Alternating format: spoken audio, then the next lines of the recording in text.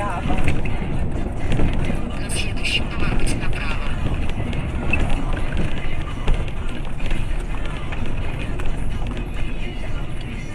Изменение маршрута.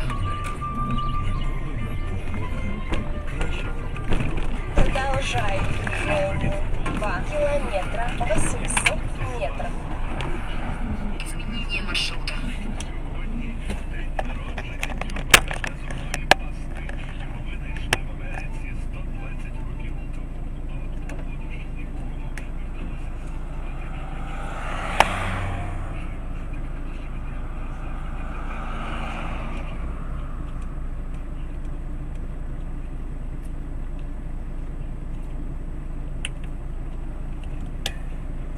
Здрасте, сержант Магаренко. По тирам идете, да, я так понимаю? Здравствуйте.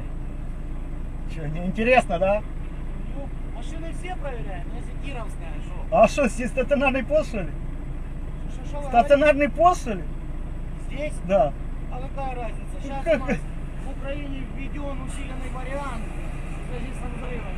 Можно хоть в 2 часа ночи всех подбить. Нифига себе, вот А это вы да. что, не знали? Нет. Что в Днепропетровске творится? Ну, это давно уже было. Да, а никто не снимал усилия. В прошлый век. Так что же работаем в полную силу. Ну, молодцы, молодцы. Счастливо. Давай, спасибо.